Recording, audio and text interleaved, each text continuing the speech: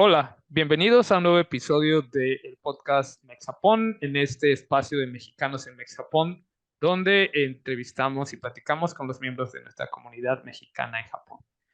En esta ocasión, bueno, pues estamos celebrando el tercer aniversario de nuestro podcast y tenemos una invitada que es una mujer que ha abierto caminos en el mundo empresarial, que su trayectoria es verdaderamente una fuente de inspiración por todo lo que ha logrado y como mujer mexicana en el mundo corporativo japonés, lo cual, bueno, sabemos que no es nada fácil, ¿no?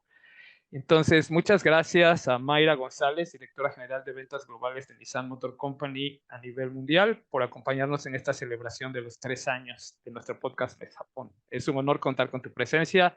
Bienvenida. Muchas gracias y muchas felicidades por estos 3 años, primeros 3 años, esperemos que sean muchos. Así es, esperemos que todavía haya muchos años más conversando con todas las personas que contribuyen a construir la amistad entre México y Japón, como tú. Y bueno, para que nuestra audiencia te conozca mejor, háblanos un poco de ti, de la persona que es Mayra González. Bueno, yo soy una mujer orgullosamente mexicana, soy mamá, esposa y ejecutiva en ese orden de importancia. Juego muchos roles en mi vida.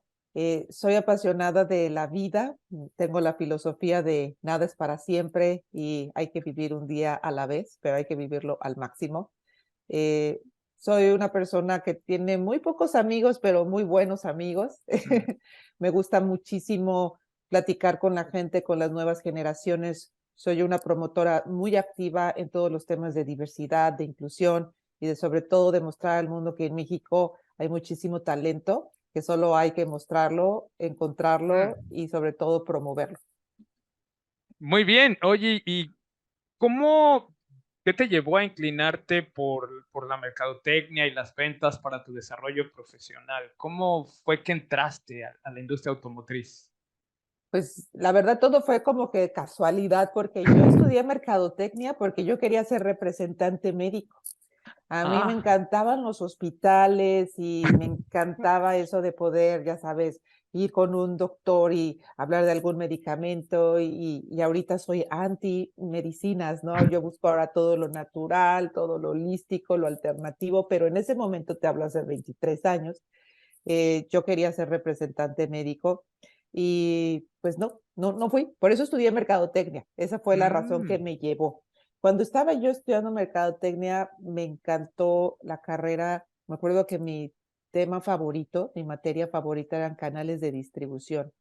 Bueno, era una clase que yo no me perdía por nada del mundo, era casi de cállense todos porque vamos a empezar la clase y lo disfruté mucho. Y como llegué a la industria automotriz, yo me quería comprar un auto y le dije a mi papá que si me compraba uno para, pues para moverme de la escuela a la universidad, bla, bla, bla. Y me dijo, pues yo te ayudo, pero tú también tienes que hacer tu parte. Y pues busca un trabajo, pero a los 19 años, ¿quién te va a dar trabajo, no? En México. Mm. Entonces yo era una niña, claro, porque era una Ujú. niña a esa edad, y fui literalmente al periódico a buscar oportunidades. Ujú.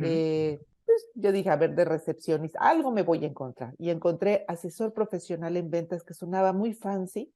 Y yo dije, ay, pues yo puedo hacer eso, ¿no? Vi los requisitos y era vendedor en una agencia automotriz.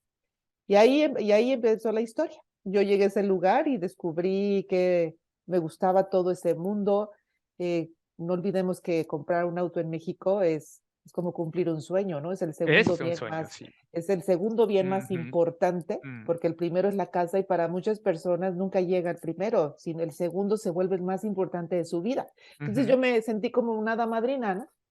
Que ayudaba a la gente a cumplir sus sueños. Mm. Es muy personal, ¿no? Entonces, platicar con la gente, me encantó todo ese mundo y pues de ahí a 22 años para acá, el resto es historia, pero la verdad es que desde el piso de ventas de un distribuidor hasta el corporativo global de Japón, he ido en cada una de las posiciones, de los puestos, de los retos, ¿no? También de los aprendizajes, porque a veces la gente ve nada más el producto final, pero no ve todo lo que hay atrás, ¿no? Y ha sido un gran, gran camino, muchísimo esfuerzo y muchísimo aprendizaje. Pero digo, ahora entiendo por qué todo mundo dice que tú eres una figura muy inspiradora, porque, bueno, empezar desde lo más abajo a los 19 años, llegar tan alto, pero además con gusto, con pasión, porque se te nota el gusto que te da poder hacer esto. Y yo creo que eso es uno de los elementos tan importantes que te ha llevado hasta este lugar. Totalmente. Por eso, como dicen en Japón, ese fue mi ikigai, ¿no? Mm. Pararme todos los días, porque de verdad llegó un momento en que no me gustaban los fines de semana, porque yo decía, es que no vamos a ir a trabajar. Y imagínate a esa Sí. edad encontrar esa pasión. Ahora sí me encantan, ¿eh? Los fines de semana, pero en ese momento era así como que era wow, ¿no? Era un mundo diferente. Y empecé a conocer muchísimo. Claro, la industria ha evolucionado infinitamente, pero yo Ujú. tuve la oportunidad de conocer esa cadena de distribución tradicional, pues desde el primer paso, ¿no? Wow. Oye, y desde 2019 llegaste a vivir y a trabajar aquí en Japón. Sí. ¿Cómo ha sido tu estancia en este país? ¿Qué es lo que más te ha gustado de vivir aquí en Japón? Híjole, podríamos hacer un podcast de 2 horas para que yo te dijera todo lo que me ha gustado. La verdad es que Japón es un mundo, es un desconocido conocido, porque cuando tú los ves en el mapa, México y Japón, pues totalmente opuestos, son 15 horas adelante, 11,000 Mm, kilómetros de distancia, el idioma, la comida. Yo no sabía qué esperar, pero me encontré un mundo muy complementario, ¿no? ujú. Más que desconocido, donde puedes aprender muchísimo y tú también puedes enseñar muchísimo. Pero mi estancia ha sido increíble, ¿eh? De Japón. De verdad espero que nunca cambie, que siempre mantenga esos valores y que mantenga esa sociedad con esa responsabilidad colectiva que tienen, con esa seguridad, con todo lo que tiene. La verdad, yo no cambiaría absolutamente nada, ¿eh? O sea, ha sido de las mejores experiencias de mi vida. Le digo que ahora ya me siento parte japonesa, Wow. ¿no? He podido aprender, valorar y respetar muchas de las cosas que tienen y las he adoptado incluso en mi estilo de vida. Y eso, qué bueno que me dices eso, porque ¿qué crees tú? Es una de las cosas que te quisiera preguntar. En esta experiencia que llevas, porque ya son varios años aquí, Sí. lo que has visto y vivido trabajando en Japón y con japoneses, ¿qué crees que los mexicanos podríamos aprender de los japoneses para mejorar como somos o nuestro país? Yo creo que el secreto de Japón es que todo empieza desde muy pequeños en la educación y es Mm, una estructura social donde todo el mundo participa, ¿no? mm, Yo recuerdo en la pandemia cuando decían nadie sale, era nadie sale y estamos hablando de un país de 130 millones de personas. En México te dicen no sales y buscas la forma de, ay, pero va a ser muy rápido, voy aquí rápido a la tiendita, nadie me va a ver. Entonces, yo creo que el compromiso social, ¿no? El pensar en el otro, yo creo que eso es mm, algo que deberíamos de aprender en México, de pensar siempre en el otro, cómo va a haber una consecuencia de mis actos hacia el otro, no solo pensar en mí, en la parte del mm, otro lado del mundo es más mí, yo. ujú, Y aquí es más el nosotros, la comunidad. Eso es algo que podríamos aprender. Podríamos enseñarle también a los niños valores antes que cuestiones técnicas, como lo mm, hacen aquí, porque al final ese es el soporte de la sociedad. La disciplina que ellos tienen, una vez que entienden el por qué, que eso es algo que me gusta mucho, que los japoneses necesitan entender el por qué lo estamos haciendo, el para qué y cómo. Y una vez que entienden esas tres cosas, yo les digo que son como Shinkansen, son imparables, perfectos y puntuales. En México siempre, antes de que nos digan por qué, ahí vamos, ¿no? Nos lanzamos. O para qué, porque el jefe dijo, ¿no? Yo creo que también tendríamos que, como país, empezar a cuestionar, ¿no? Y muchas de las cosas que suceden y no solo aceptarlas como verdades. Y yo creo que hay, te digo, hay muchísimas, muchísimas más, pero yo creo que la base de la cultura, de la estructura social, es algo que los mexicanos, si pudiéramos adoptar algunos de esos valores o de esas conductas, ¿no? Bueno, estaríamos en otro lado. ¿Y qué podríamos nosotros los mexicanos enseñarle a los japoneses? ¿Qué crees Uy, tú? también muchísimas cosas, ¿no? Y te digo que los japoneses están abiertos también a aprender. En mi experiencia personal, yo les he enseñado a ser más prácticos, ¿no? Mm. O sea, no necesitas tener plan A, B, C, D, E, F, G. No, con que tengas A y B, vámonos, ¿no? O sea, hay que hacerlo bien, pero no necesitas el what if 65 veces, ¿no? Hacer un poquito más, que hablen más, que expongan sus ideas. Pero para que eso pase tienes que crear un ambiente seguro, ¿no? Para que ellos lo hagan. Y en mi experiencia es, si tú lo haces y ellos empiezan a decir y a expresar sus ideas, te sorprendes, pero no les enseñan. Si no preguntas, ellos no dicen, ¿no? Ya. Entonces, enseñarlos a que está bien el compartir, el exponer y que eso no tiene nada que ver ni con la jerarquía, ni con la situación, ni nada, que es el bien para todos, ¿no? El expresarse, eso es lo que también. Y el tercero, pues también que fueran un poquito más, ¿cómo te diré?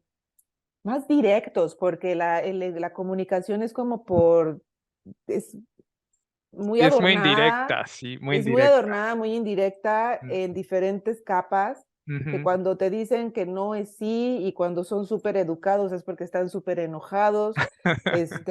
Entonces cuando tienes que entender un poquito, tienes que aprender, y aparte no son nada expresivos, Mm, ¿no? En sus gestos faciales, es difícil leerlos.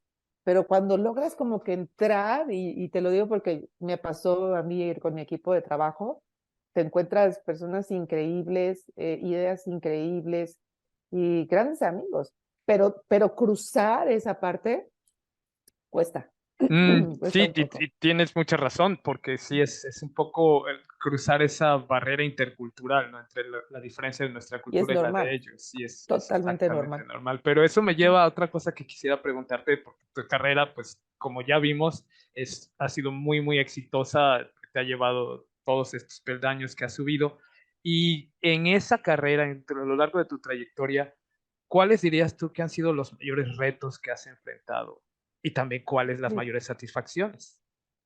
Híjole, retos, yo creo que muchísimos, ¿eh? Porque cada uno de los pasos que tomas tiene muchos retos y en la medida con tu madurez y con tu preparación de cada paso, pues todo eso se va haciendo un reto.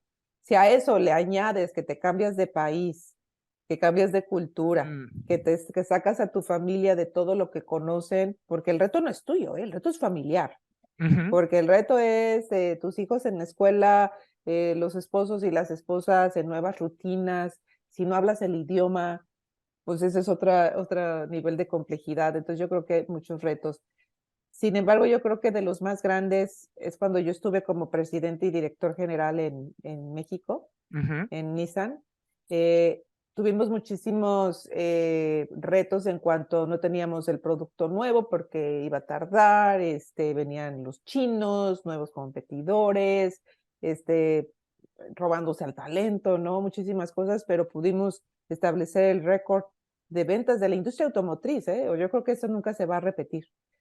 406,000 unidades vendidas por Nissan México en ese momento, el primer lugar de participación de mercado, de satisfacción al cliente, de la marca, de muchísimas cosas, pero digo, es un esfuerzo grande y me siento orgullosa de eso porque a pesar de todos los retos y de todas las cosas que teníamos que pasar todos los días, se logró muy bien y sobre todo que la gente estaba muy comprometida, estaba muy contenta.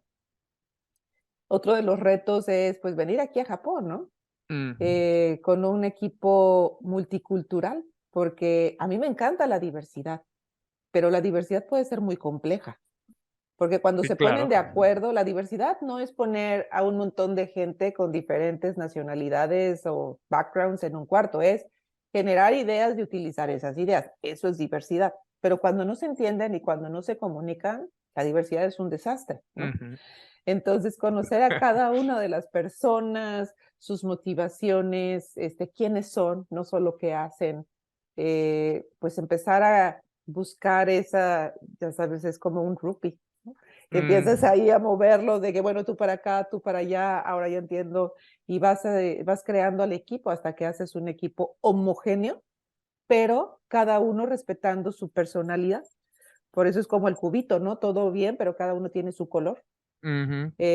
Entonces es muy importante que los conozcas y haces un tema. un trabajo muy fuerte en cuanto a los equipos. Para mí eso fue un reto, ¿no? Incluso hasta por el idioma. Ahora ya entiendo, no hablo japonés, pero puedo llevar, digamos que la conversación, sé lo que están diciendo, sé lo que está pasando. Al principio, pues, no idea, pero ahorita ya mejor, ¿no? Entonces, es un reto todos los días, ¿eh? Wow, pues felicidades por todos esos logros, porque realmente son grandes logros y además hablan de tu talento y de tu capacidad como líder, porque es precisamente el talento y la capacidad de líder la que logra, lo que logra que la diversidad se concrete en Funcione. algo funcional. Sí, Exactamente, sí. Sí, sí, sí, sí, sí. finalmente es el líder el que mantiene a todas las partes diversas unidas, funcionando en armonía. Y Exacto. bueno, pues de verdad felicidades, habla mucho de tu liderazgo, todos estos logros de los que nos estás platicando. Y bueno, en esto de la industria automotriz en la que tú estás, obviamente es una de las industrias más importantes para nuestro país, porque es un motor importantísimo de nuestras exportaciones, del desarrollo de México, del desarrollo económico de México. Y nos mencionabas que ha cambiado mucho desde que tú ingresaste a los 19 años hasta ahora. ¿Cómo ves tú que eres una persona con toda esta experiencia? ¿Cómo crees que evolucionará en el futuro la colaboración entre México y Japón en la industria automotriz? Pues yo creo que va a seguir fortaleciéndose porque México y Japón tienen lazos muy estrechos y sobre todo en la industria automotriz, pues la huella que existe en México es muy importante, ¿no? Mm, No solo para Japón, sino para muchas partes del mundo, porque por la cercanía a los Estados Unidos, por los tratados que existen, que tiene México, sobre todo por la experiencia y el expertise que ya existe en México en cuanto a mano de obra calificada, y sobre todo una mano de obra que con un costo que todavía hace sentido, ¿no? De negocios. Entonces, yo creo que también la parte de todos los proveedores, las conexiones, México se vuelve un país sumamente atractivo para Japón, para seguir creciendo en la parte no solo manufacturera, y sobre todo que en México los productos japoneses son muy bien percibidos, ujú, como gran calidad, ¿no? mm, Son a la vanguardia de la tecnología. Y la industria va moviéndose para esa parte de electrificación, de conectividad, de sustentabilidad. Entonces, yo creo que México siempre va a estar en el radar para Japón y Japón en el radar de México, wow. aunque estemos, digamos, tan lejos, hay muy buenas relaciones y yo creo que seguirá, no solo vemos en las grandes marcas japonesas que están instaladas en México y que Ujú. sobre todo que el mercado mexicano los recibe bien. No solo hace un sentido de negocio, sino también un sentido para los mexicanos, ¿no? Algo que me llama mucho la atención, algo que yo quisiera preguntarte, porque es muy obvio además, tú como mujer, pues has realmente roto techos de cristal, como le llaman, a Ujú. todas estas barreras que enfrentan las mujeres en un mundo tan competitivo como es el mundo empresarial. ¿Qué, y con toda tu experiencia de haber pasado por todo esto desde el principio, desde cero, desde el piso de ventas, como tú dices, hasta lo alto de la torre corporativa, ¿qué le podrías aconsejar a otras mujeres que desearan hacer carrera en el mundo empresarial? Pues primero les diría que encuentren su pasión, ¿no? Porque si vas a un trabajo que no te gusta y que lo sufres, pues no va a pasar. Tienes que encontrar tu pasión y tenemos que prepararnos también porque las mujeres normalmente no competimos, culturalmente no nos enseñan a Ujú, competir. Y tienes que competir, ¿no? Porque al final las empresas buscan talento, talento sin género, ¿no? A lo mejor sin preferencia sexual, sin religión, sin background, nacionalidad. Entonces ese talento se viene en muchas presentaciones y las mujeres se tienen que presentar así para competir y para ganarse las posiciones. Pero sobre todo que ellas se lo crean, porque yo creo que es un tema que las mujeres sufrimos que en mm, algún momento no te la crees, ¿no? O esperamos estar 100% o 1000% seguras o calificadas para levantar la mano, para dar una opinión, para pedir un trabajo y yo creo que eso tiene que ir cambiando y queremos ver más mujeres en la ingeniería, en las ciencias, Mm, en la tecnología, en las industrias automotriz, porque pues yo empecé a ser, yo siempre era la única, pero también eso fue mi ventaja, que siempre fue la única mujer, ¿no? Entonces ser mujer, ser joven, ser mexicana en su momento fueron mis ventajas, pero necesitamos tener más y más porque lo que queremos son la diversidad de ideas. No queremos, cuando hablamos de equidad, es 50-50. Y le digo, yo no quiero llegar a lo mejor a ese 50-50 que es ambicioso, pero tenemos que empezar a tener más representantes. Pero las mujeres también necesitan querer estar ahí, ujú. ¿no? Y vencer esa barrera del miedo, de la incertidumbre y también que las mujeres necesitan un sistema de apoyo, porque jugamos muchos roles, como empezamos esta charla, ¿no? Si no tienes un Sí. sistema de apoyo, no se puede hacer las parejas o tu sistema como sea, tienes que crear un sistema de apoyo, porque Mujeres Maravillas solo en los cómics. Entonces es el conjunto de todas esas cosas, pero de que se puede, se puede. Y como yo siempre digo, si vamos a morir, hay que morirse en el intento. Mm. Bueno, sí hay mujeres maravilla como tú. No, yo no. Yo también me canso. Yo tengo un marido que hace el 50% del equipo, que si él no estuviera haciendo lo que él hace, yo no podría hacer lo que yo hago, porque Mm. tenemos una sociedad que se llama familia y cada uno cumple su rol. De otra manera no se puede. Y eso es muy Entonces, importante, ¿no? El poder tener la flexibilidad también él de que pues tiene que cumplir el rol en la familia que le correspondió en este momento. exactamente. Mm, Y digo, es que también tenemos diferentes posiciones en nuestra empresa, mm, ¿no? Como familia y van cambiando a lo largo de la vida. ujú. Entonces vas evolucionando también como familia, pero de otra manera, pues no. Sería muy complicado. En mi experiencia he visto muchas mujeres dejar con grandes oportunidades porque no tienen un sistema de apoyo o una pareja que las impulse, que las motive, que sean sus principales apoyadores, ¿no? Eso es muy, muy importante para el crecimiento. Pues muchas felicidades, Mayra, porque realmente ahora podemos comprobar aquí todos los que te estamos escuchando por qué razón has llegado a donde has llegado, que además de tu talento, de tu capacidad, tienes una base de soporte de valores muy importante que te agradecemos mucho que hayas compartido hoy con nosotros. No, Y pues muy bueno, contenta. para finalizar, solo quisiera hacerte una pregunta que generalmente les hacemos a nuestros entrevistados en este espacio de Mexicanos en Japón y es, de todas tus experiencias en Japón, de todo lo que has vivido en Japón, si pudieras repetir alguna, volverla a hacer, hacerla distinta, ¿qué sería lo que cambiarías? ¿Cuál sería la experiencia que Ay, pues yo creo que hubiera aprendido japonés antes de venir. Pero tampoco he sentido que es algo que me haya faltado para Mm, poder conectar. Al final todos estamos en el negocio de personas, y cuando conectas con la persona, no importa el idioma. Entonces, honestamente, Japón es mi segunda casa y no cambiaría nada. Ojalá nunca cambie. Te agradecemos muchísimo de verdad haber compartido con nosotros todo esto que has compartido. Es fenomenal poderte tener como invitada para celebrar nuestro tercer aniversario. Creo que mejor invitada no podríamos haber tenido porque lo que nos has contado hoy es realmente una fuente de inspiración para todos nosotros y eso es lo que queremos hacer en este espacio, mostrar a los mexicanos en Japón y en México y en todo el mundo que los mexicanos en Japón realmente podemos ser fuente de inspiración y tú pues eres la más.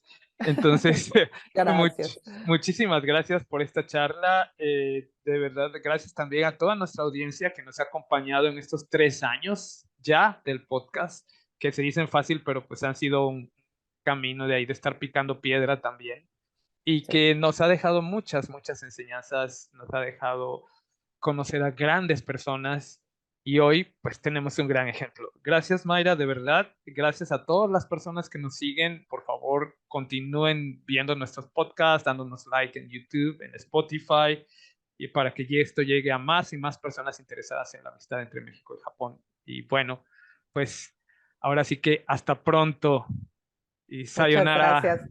Muchas gracias. Gracias, Felicidades. Bye. gracias.